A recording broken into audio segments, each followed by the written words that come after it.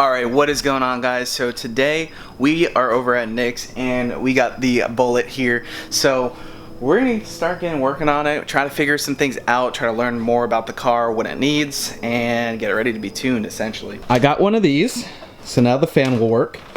Thank you to Anthony and Anthony for selling by LKQ, picking this thing up. $6.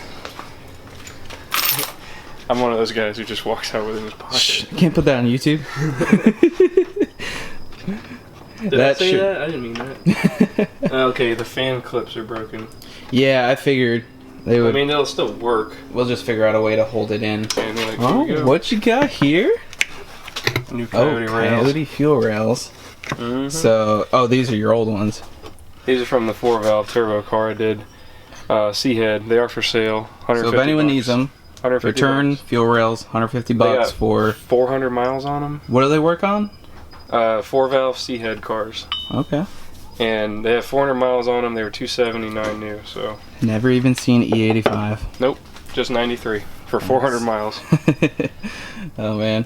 Well, we're gonna be a turbo squad over here, dude. All right, we're gonna take a look here. See what we're working with. Right. Gen 1. It's a Gen 1 on 3 kit. Is that stock? Yeah, it's stock oil cooler location, isn't it? Yeah. Oh shit. The forward-facing one comes right through here, very close and right under the power So it's got a leak on the feed line. Yes. Right there. See that? Is it just the fitting? It's loose. It's not tight. Oh. So we just gotta tighten that up with a wrench. Nice. So it's got stock 2-valve manifolds that come down, right? Yep, and then crosses over under the tranny, hits the Y pipe right here. Zach was saying on that side that right here. that flange was loose. That's what he thinks the exhaust on that side. This one? Yeah. This flange? Yeah. Because I could hear an exhaust leak from one of the sides. Yep. Your O2 sensor. Oh, the O2 sensor is... It's loose. Loose? Yeah, because there's definitely a tick. It's hand loose. Yeah. Like a that would be the problem right there. Look at that. Solve all your issues in 5 seconds. I mean, like, 3 freaking new edges. I've owned several hacked new edges though. Like, this isn't that bad. No, they just didn't tighten up everything. They're just like loose ends, basically. It needs rack bushings. You get the offset ones, drop it down a little to help with your, or you get bump steer kit, or do both. We can get a UPR bump steer kit. Power steering high pressure hose is leaking. Yeah, you said it didn't work. Because they probably didn't replace the O-ring on it, so it's out of fluid. It seems like when I looked at it pretty well. It seemed like everything's there. It just needs little bits and pieces. It needs to be properly assembled all the way. And we got the new edge god right here, Mr. Nick. He knows these things inside out. Yep. Especially a 2-valve. It's the easiest thing in the world. That's why I wanted a 2-valve again, you know? Just with a turbo, you know. This is a really easy kit though. Like, it's very simple to put together. You don't have to really. No, you don't even have to drop the K-member. I mean. Yeah, because the stock manifolds are still in place right there. Yeah. So all you do is connect everything around it. It's very, very easy to do. You can put this on a jack stand and do the whole job right on the ground. What's the trans look like? So 36, I think it's a 3650, right? Yeah, it is. How's the clutch? He said it looked like a Ram clutch. Alright, Nick's solving issues left and right. So he tightened up the feed line on the bottom. He is adjusting the feed line on the oil to the turbo because it was actually basically the coolant tank was sitting right on top of it.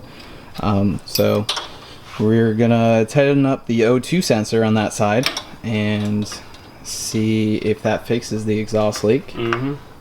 A lot of stuff just wasn't tight. Yeah, and then I got the SCT BDX here, so I can plug that in and we can watch coolant temp and see what it does. Do you have the tools to do a ghetto alignment real quick? Up there, yeah. We could just yank those out. Yeah, this toe is just way off, and then I think this side is... Just yank them all the way out until you get a real alignment. Yeah, but we can just get... Dude, pulling it on the trailer, one wheel is like completely the wrong way, and we're like, no, you need to go straight. Right. This engine bay will look so much better cleaned up too. Alright, Nick's just a fixing machine. So the dipstick tube just wasn't bolted to the block, I guess. Nick had a spare bolt, we're gonna put that on. Bolts to the head. Oh, to the head, sorry. Yeah. Yep. Dude, it's crazy how like a lot of this stuff just is loose or not connected. Alright, so the IAT was separate and it was kind of just left dangling, so Nick is adding that into the MAF plug so that we get an IAT reading, which will be nice.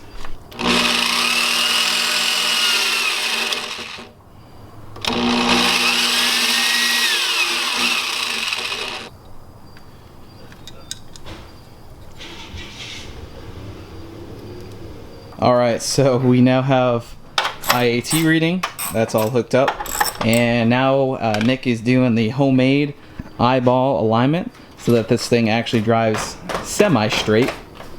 So he's setting the camber right now, and then we're gonna just bring the toe in a bit on the tie rod since it's so far off before we get an actual alignment.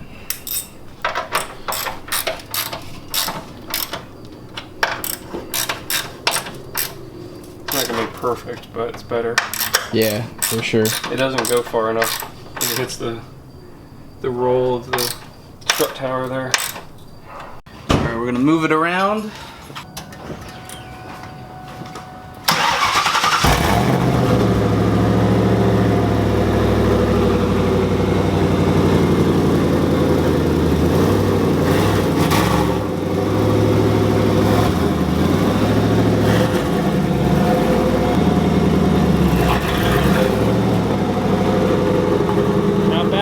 Turn the wheel the other way and back up.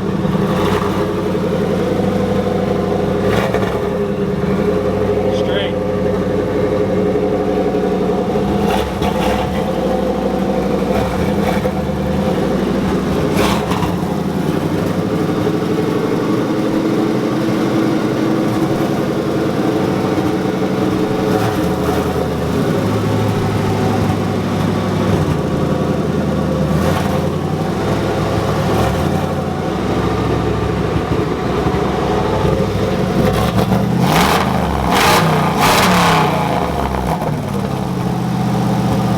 So we got the car idling here. We're gonna check. We got coolant temp. We hooked up the BDX. We got some decent long-term fuel trim, 1.0. A little bit hard to see with the screen on camera. We got good battery voltage, and we got intake air temp rating now at 62 degrees. So we're gonna let it warm up, make sure it doesn't like overheat or anything, make sure the fan comes on as normal. Got those beautiful Bullitt gauges. Love that. Absolutely love that.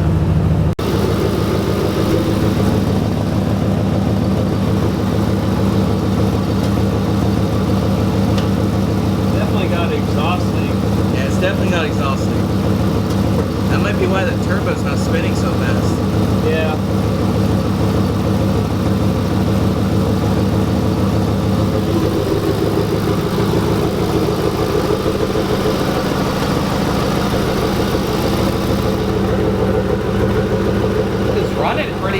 Not bad.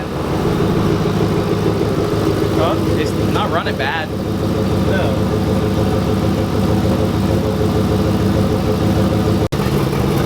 Been running for a little while.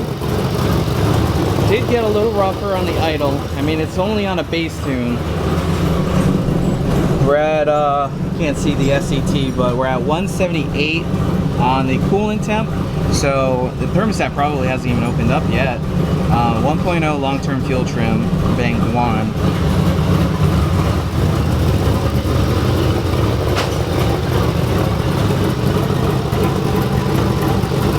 Alright, so we just put the front bumper on, just test fitting it.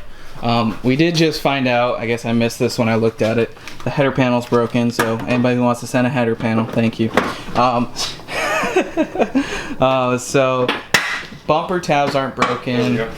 Everything looks good. This needs to be trimmed a little bit around where the open downpipe goes, but we might end up changing that tip anyways.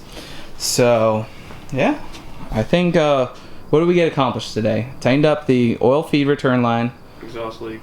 Exhaust leak. Well, we found what we need, which is power steering O-ring. Needs a Teflon O-ring on the power steering. I repinned the MAF so it reads IAT. It reads.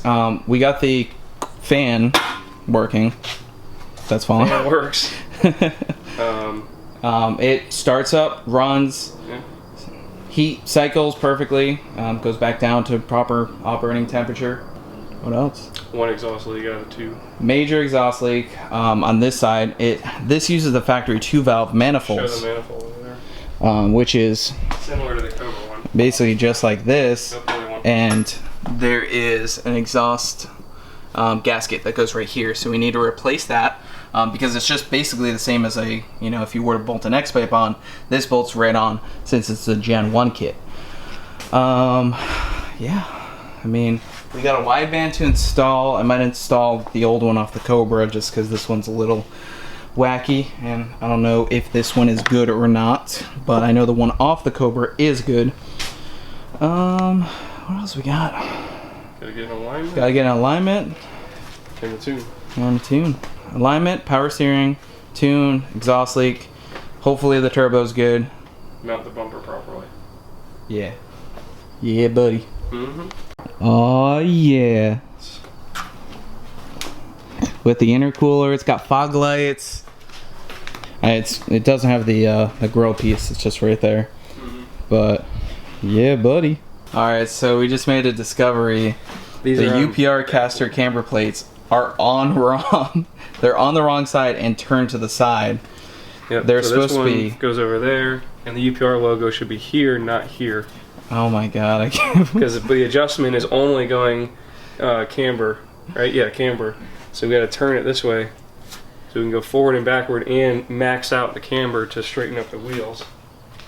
All right, so Nick's gonna be a G tomorrow. He's gonna swap the caster camber plates to the right side, get an alignment, fix the exhaust leak, and power steering, and this thing should be pretty close.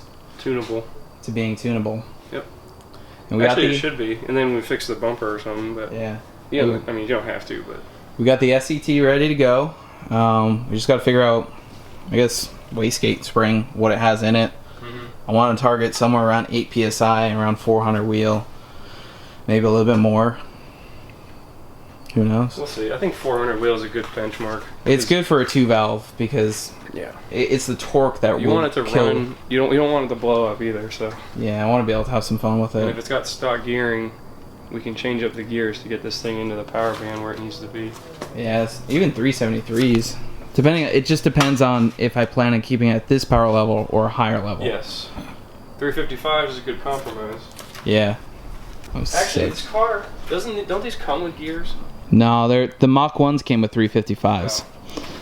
But these came with stock 327s. Look at this bad girl. I'm so pumped. All right, I think that's gonna wrap it up here for working on the Bullitt Turbo project. I don't know if we're gonna name it or just call it the Bullitt. I mean, there were thoughts of Turbozilla. You know, I don't know. Leave a comment down below what you think. I hope you guys are super excited because my vote is Turbo Bullitt. Turbo Bullitt. That works. It's simple. Simple. We got a lot of work to do. Well, I mean, kind of. You know, we're close to getting it tuned. Worth of work. Close to getting it tuned. It needs a lot of cleaning. The engine bay will clean up. The interior clean up. It needs a lot of little things, but we can basically do the little stuff, get it tuned, and then work on everything else and just have some fun with this thing. So make sure you slap the like button down below, leave a comment, let us know what you think, and we'll see you in the next video.